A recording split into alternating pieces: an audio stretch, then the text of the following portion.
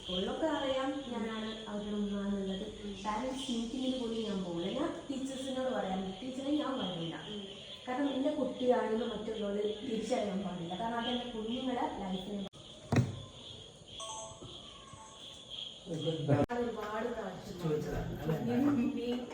White മീഡിയക്കാർ അവിടെ വെച്ചിട്ട് അറിയുന്നത്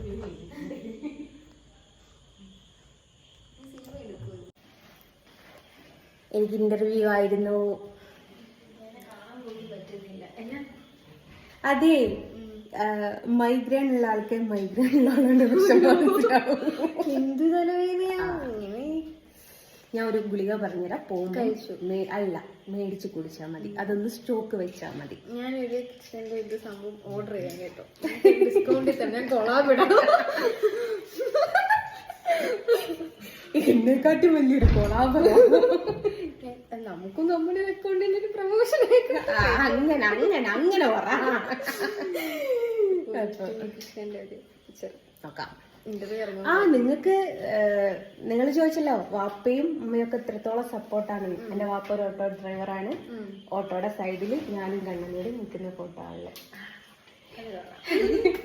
അപ്പൊ ക്യാമറ ചേട്ടാ കുറച്ച് ഫോട്ടോ എടുത്തിട്ടുണ്ട്. എനിക്കത് കിട്ടിയിട്ടില്ലെങ്കിൽ ഈ വീഡിയോ സഹിതം വെച്ച് ഞാൻ വീഡിയോ ഇടും.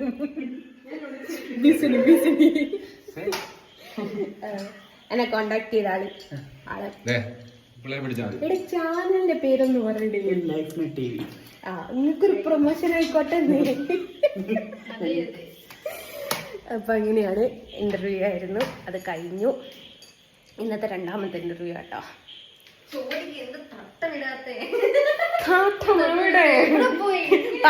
എവിടെയാന്ന് ചോദിക്കി.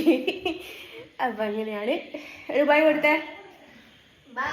Angel Angel. അശ്വതിനെ തന്നെ വിളിക്കുന്നത് വിമൽ കുമാർ.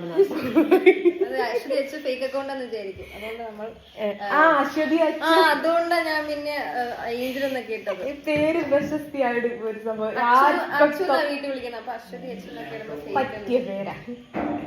അപ്പൊ ഏഞ്ചൽ എന്നാണ് അക്കൗണ്ട്. ഇൻസ്റ്റ അക്കൗണ്ട് അങ്ങനെയല്ലേ? അതെ അതെ അതെ അതെ.